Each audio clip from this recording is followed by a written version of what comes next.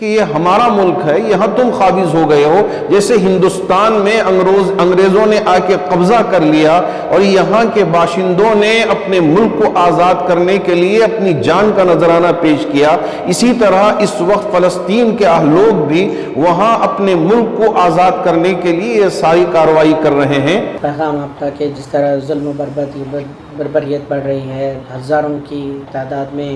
معصوموں کی جانیں جا رہی ہیں، اس وقت فلسطین میں مسلمانوں پر، خاص طور پر وہاں کے رہنے والوں پر جس طرح کا تشدد برپا ہو رہا ہے، اور جہاں بھی آپ دیکھیں جیسی بھی ہو، بچوں پر کبھی ظلم نہیں ہوتا، عورتوں پر کبھی ظلم نہیں ہوتا، ہاسپٹل میں زیر علاج بیماروں پر کبھی ظلم ہوتے ہوئے نہیں دیکھا۔ یہاں ان ساری حدوں کو پار کر کے بہت سارے بچے اس وقت شہادت پا رہے ہیں، عورتیں اس وقت شہادت پا رہی ہیں، اور ہاسپٹل میں زیر علاج جو مختلف بیماریوں سے دوچار ہیں وہ اس وقت ان سارے حالات سے دوچار ہیں اور شہادت پا رہے ہیں۔ ایسے میں ہمارے شہر کے اور ہماری ریاست کے حضرت امیر شریعت دامت برکاتہم نے اور حضرات علماء نے یہ اعلان کیا تھا جب سے یہ اس تشدد کا آغاز ہوا تھا، اس وقت سے ہی، کہ اپنی مساجد میں فجر کی نماز میں قنوت نازلہ کا اہتمام کریں،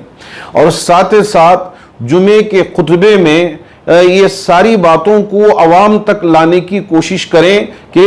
یہ قضیہ فلسطین ہے کیا، یہ فلسطین کا مسئلہ ہے کیا، یہ کہاں سے شروع ہوا، یہاں اصل اس کی تاریخ کیا ہے، جبکہ آپ سب جانتے ہیں کہ یہ سارا فلسطین مسلمانوں کا تھا، اور جب یہودیوں پر ظلم ہوا اس وقت انہوں نے پناہ لینے کے لیے یہاں فلسطین میں آئے تھے، اور مسلمانوں نے وہاں پناہ دی، اور اس احسان کا بدلہ یہ کیا کہ جو اصل مالک تھے ان کو نکال کر یہ قابض ہو رہے ہیں۔ تو اب یہ فلسطین،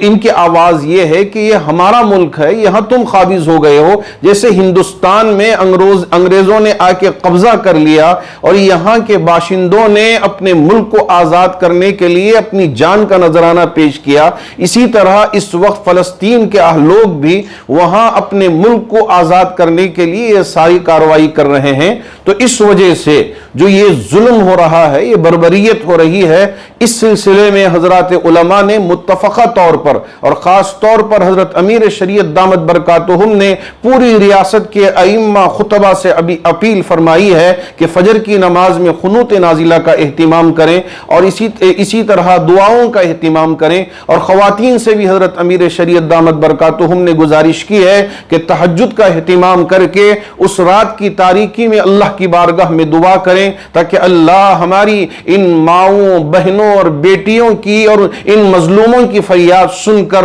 ہمارے ان مظلوم بھائیوں کی مدد کرے۔ میں تمام سے گزارش کرتا ہوں کہ ان باتوں کی طرف متوجہ ہو کر ان تمام کاموں کو انجام دیں۔